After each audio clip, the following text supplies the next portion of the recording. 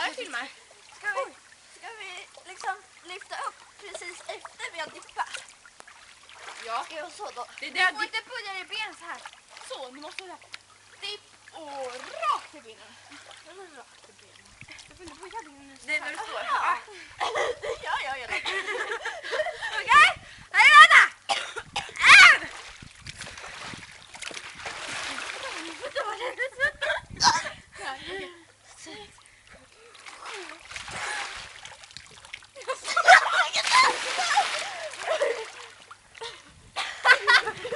Det är jättetungt att ta upp det hit.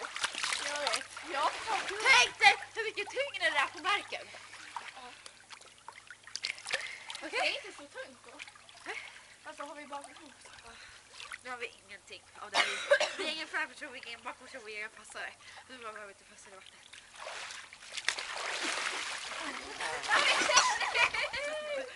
Okej, förlåt, jag hade ingen sticka.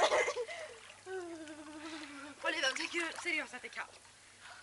Det är alltså, det är varmt men man får gå så. Jag brände dig väl. Du är inte det. Ja, jag har det. Okej.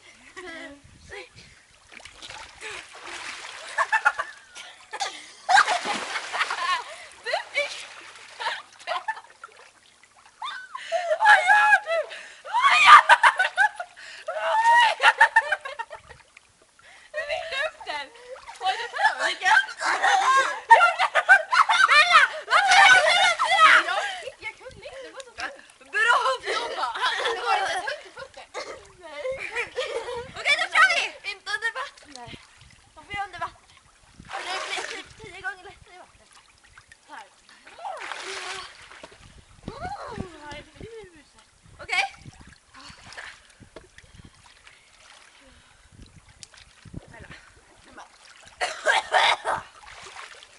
Måste du ha för näsan? Va? Måste du ha för näsan? Okej. Men då när vi gör det här, och gör det här eller? Nu hon blåser ut. Okej. Det är därför jag har gjort så här.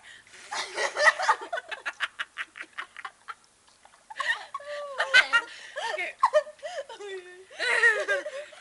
Okej. Börja på min hand nu. Vänta. Så, båda håller.